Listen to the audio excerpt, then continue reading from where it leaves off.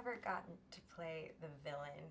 So, I mean, she's like a wannabe villain. She's a wannabe homewrecker. She doesn't quite succeed. But, I mean, Sue Lin is, I love her.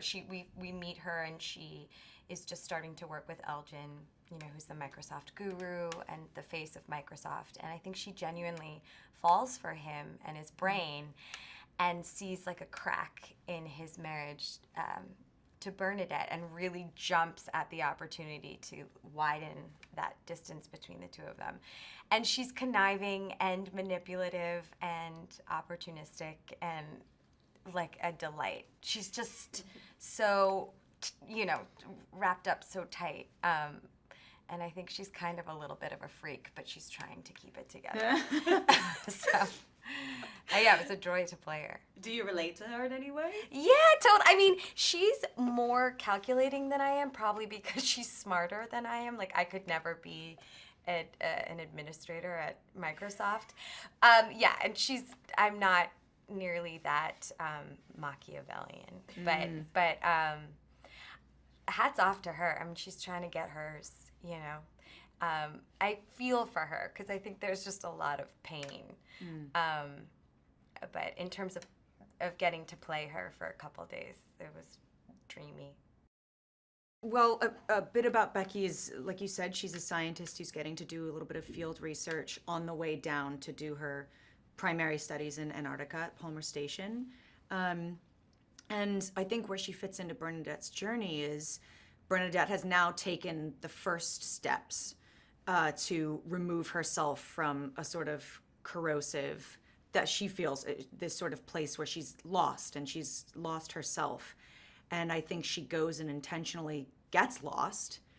And then somebody, Becky, appears and gives her a task. I think that was really my only thing, you know, with Becky. It was that I saw Bernadette and I was like, okay, you look like somebody who needs something to do.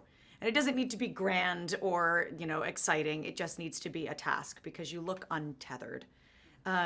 So I think that that's what Becky kind of comes in and grounds her a little bit so that then she can start to find her way towards what is her next inevitable, you know, step on the path when that leads us to the end. I don't want to give away too much, but I think that's what Becky does. Yeah.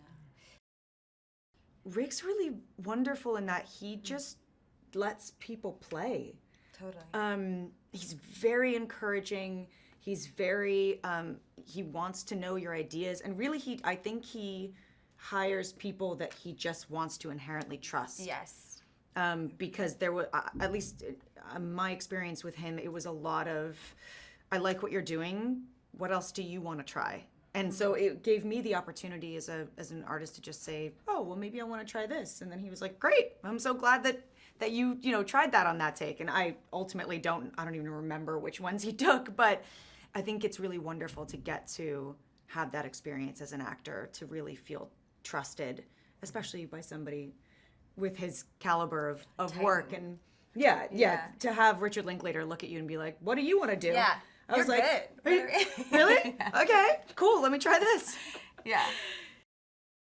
Bernadette is such a compelling protagonist. She's complex and has all the colors, and this movie gets to really explore her multitudes. And like, I think it's really empowering to other women just to see someone who is, you know, wrapping up one chapter of her life and, you know, after having raised such a bright, brilliant young kid and sort of like assessing where am I now and what is the next step and feeling lost. I think this movie sort of posits that is okay and like a necessary step in